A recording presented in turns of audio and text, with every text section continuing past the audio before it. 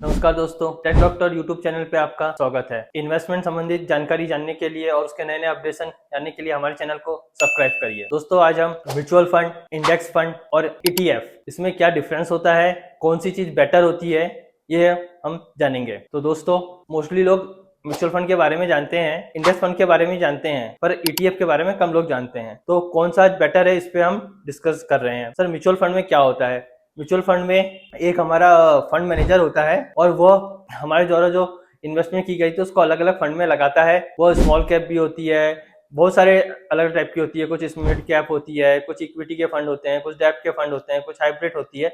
मतलब ये अलग अलग टाइप में बहुत सारे फंडों को मैनेज करता है एक मैनेजर, उसके द्वारा लगाया जाता है। अगर मैनेजर मैनेज करेगा तो वो उसकी चार्ज भी कुछ करेगा। इसलिए म्यूचुअल जो फंड होते हैं इसमें जो एक्सपेंस रेशियो रहता है वो हाई परसेंट होता है। जैसे मैंने 10,000 रुपए इन्वेस्ट किया तो उस पर 1 से 2% तक का एक्सपेंस से चार्जेस हो सकते हैं म्यूचुअल फंड मैनेजर के। सर, इंडेक्स फंड में ये होता है कि निफ्टी हो गई, निफ्टी 50 हो गई, बैंक निफ्टी हो गई, आईटी इंडेक्शन हो गए, जो इस टाइप से जो सेक्टर वाइज इंडेक्शन होते हैं, इसके जो टॉप फंड रहते हैं इसी में हमारा पैसा लगता है। तो इसमें तो फंड पहले से ही डिसाइड है। निफ्टी 50 में जैसे 50 फंड है तो वो डिसाइड है। तो इसमें मैनेजर जो रहते हैं इनको ज्यादा मेहनत नहीं करनी पड़ती, तो इसमें जो एक्सपेंस रेशियो रहता है वह कम होता है। ये 0.1 से 0.2% तक का होता है। इसमें लगभग हमको म्यूचुअल फंड से बहुत कम एक्सपेंसेस लगते हैं। सर, इसके अलावा ईटीएफ क्या होता है? सर, ईटीएफ भी लगभग इंडेक्स फंड के समान ही होता है, पर इसमें हम डायरेक्ट इन्वेस्टमेंट करते हैं, इसमें कोई मैनेजर नहीं होता है। यह भी इसमें भी निफ्टी 50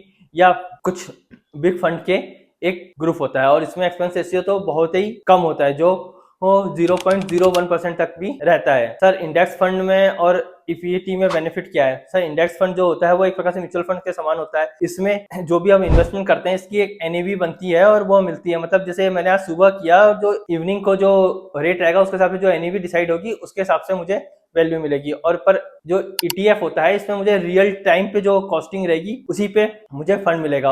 ईटीएफ को में लिक्विडिटी जो रहती है वो कुछ इंडेक्स फंड और म्यूचुअल फंड से अच्छी होती है। क्यों? म्यूचुअल फंड में तुरंत के तुरंत मैं सेल नहीं कर सकता। अगर मैंने आज परचेस किया तो मुझे इसको सेल करने के लिए दूसरा दिन लगेगा ही, पर ईटीएफ में मैंने सुबह परचेस किया और इवनिंग को भी अगर मुझे लग रहा है इसको सेल आउट कर दूं, कुछ बेनिफिट हो गया, प्रॉफिट हो गया, तो मैं इसको बेच सकता हूँ। तो लिक्विडिटी के हिसाब से ईटीएफ बेटर होती है, एक्सपेंस रेशियो के हिसाब से भी ईटीएफ बेटर होती है।